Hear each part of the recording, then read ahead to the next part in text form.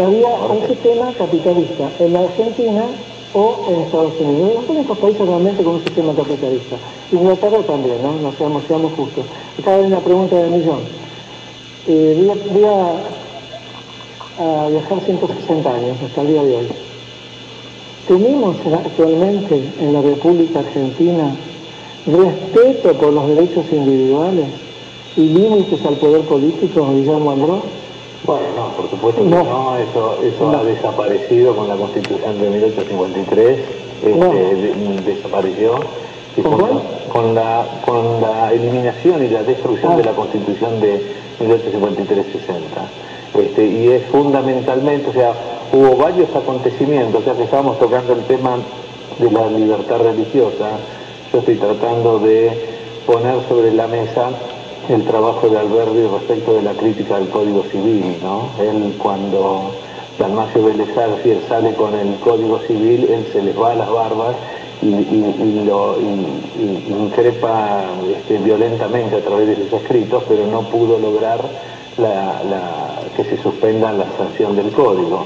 Precisamente fue Dalmacio Vélez Arfiel quien había escrito antes de la redacción del Código un tratado eclesiástico con su relación al Estado, donde trataba de mostrar las herramientas para incumplir el principio de separar la Iglesia del Estado. Y es precisamente el Código Civil la herramienta que le da al clericalismo para intervenir y esa libertad religiosa empieza a ser cercenada.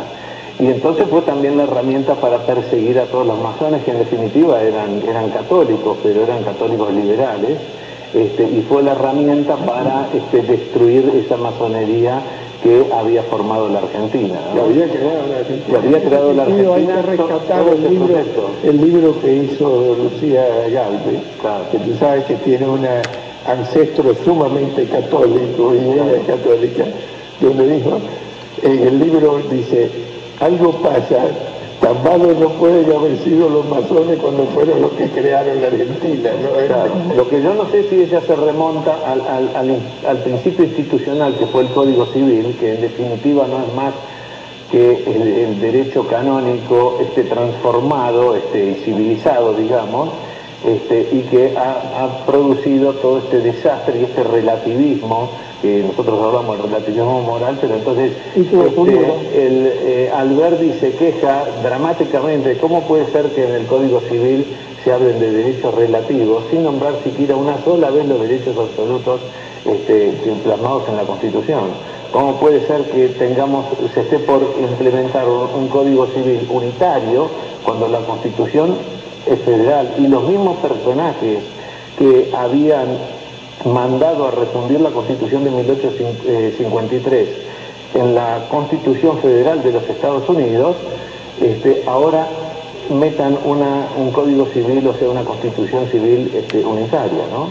Entonces todo esto efectivamente fue el caldo de cultivo que trató de ir bloqueando esos principios de la Constitución de 1853, y que ya vemos que el Código se sanciona en 1867, o sea, a 6 años de la Constitución ya tenía un instrumento para trabar y destruir el proyecto de Alberdi. Pero por supuesto, mientras la Constitución y el Código Civil están en vigencia, la Declaración de Derechos tiene más fuerza y se impone por sobre el Código Civil.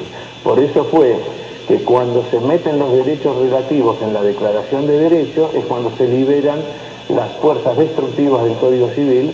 Y bueno, y la Argentina entonces pierde y termina en aquelarre, en este relativismo moral, en este vale todo en el campo del derecho, que es lo que vivimos hoy, y por lo tanto, por supuesto, la inducción a la barbarie, que es la inseguridad sobre los bienes y sobre las personas. Por eso tenemos la inseguridad que tenemos en las calles, por eso tenemos la inseguridad sobre nuestros bienes, sobre absolutamente todo, porque cuando la gente está en una situación de violencia y el Estado está saqueando al individuo, el individuo entra, lo que a nivel individual sería la venganza, a nivel colectivo es la barbarie. Todo un proceso de descomposición social que hace que no sabe quién los está robando. Vos fíjate que la semana pasada hablamos acá sobre el tema, bueno, una cita de Alberdi que decía: el ladrón privado es el menos peligroso de los enemigos de la propiedad. Yo digo en La Plata. Claro, Alberti dijo, el ladrón privado es el menos peligroso de los enemigos de la propiedad. ¿Por qué? Porque si yo largo mañana a todos los presos de la Argentina y digo, muchachos, tienen 2 meses para robar, no van a poder recaudar 2.500 millones, que son los que recaudan simplemente con las retenciones a 4 tipos desde una oficina firmando un decreto. Entonces, ahí está a las claras lo que significa. Pero te quiero acabas de afirmar, entonces, que esos 4 tipos que están en nuestro gobierno son ladrones. Exactamente. Bueno, pero te quiero hacer una cita, vivo en La Plata. Entonces, hace poco, un ladrón entró a un micro de estos que viajan La Plata a Buenos Aires, en el medio de la autopista, ¿y qué argumento puso el tipo, el ladrón? Ustedes se